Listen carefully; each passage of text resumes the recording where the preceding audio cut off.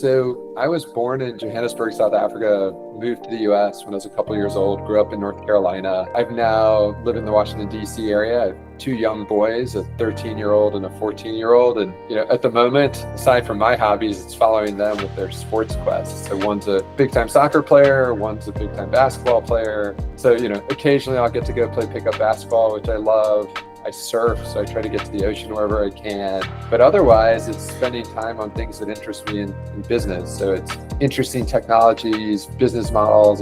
I love learning. And so, I spend my time reading, meeting interesting people, and learning about new things. So for me, in my professional career, I went to Yale as an undergrad and studied computer science and engineering.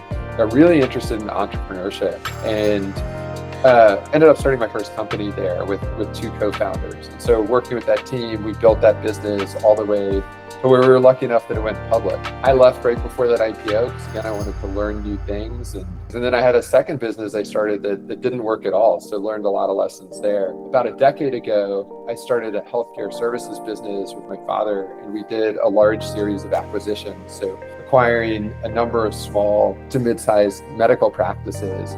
So I got a lot of experience on how do you successfully acquire a business and ensure that it can continue to operate successfully while thinking about ways that one might be able to work with that business to grow it.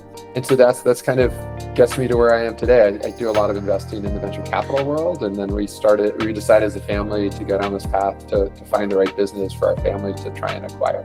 I spent a lot of time in my investing work investing in tech startups and things that are very risky, using the latest technology, big business opportunities, but good chance that they're not going to make it. And I've seen these great businesses through being involved with things like YPO, the Young Professionals or Young Presidents Organization, that are very durable, provide great value to their customers, grow year over year, and just they're not really going to change. And so we decided, my wife and I, that we wanted to look at finding the right business that we could be good stewards of as it would continue to serve customers and grow over a long period of time. We're really excited to find someone who, for whatever reason, has decided that they're looking for the next owner of their business, and hopefully we can earn the privilege of being the ones to take that on.